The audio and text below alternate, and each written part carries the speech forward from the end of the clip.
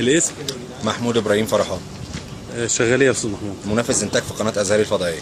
ايه اللي جابك مكتب العمل في 6 اكتوبر واسم الشرطه؟ الناس دي جت منعتنا، قالت لنا يا جماعه انتوا مالكمش حاجه عندنا، وانتوا كل واحد في بيته، والمفروض ان انتوا مالكمش عندنا غير نص شهر. قبضت نص شهر؟ قبضت نص شهر بس. هل بتروح القناه؟ لا، منعنا من دخول القناه.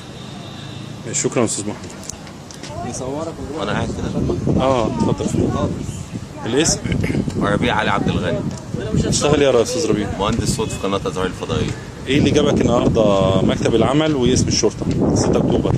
احنا يوم 12/8 واحنا شغالين في وسط اليوم كده، جم قالوا يا جماعه النهارده اخر يوم شغل ليكم في القناه، وبعد كده انتوا في اجازه مفتوحه عشان احنا خلاص يعني مش ملكوش حقوق عندنا وكده.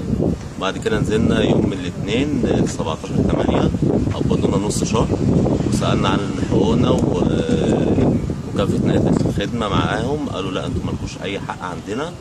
وعشان كده جيت مكتب العمل بحفظ حقي، وجيت دلوقتي في اسم اول 6 اكتوبر عشان اعمل اثبات حاله ان انا دلوقتي ماليش مكان تاني الا المكان ده، وان هو في فصل تعسفي منهم تجاهي.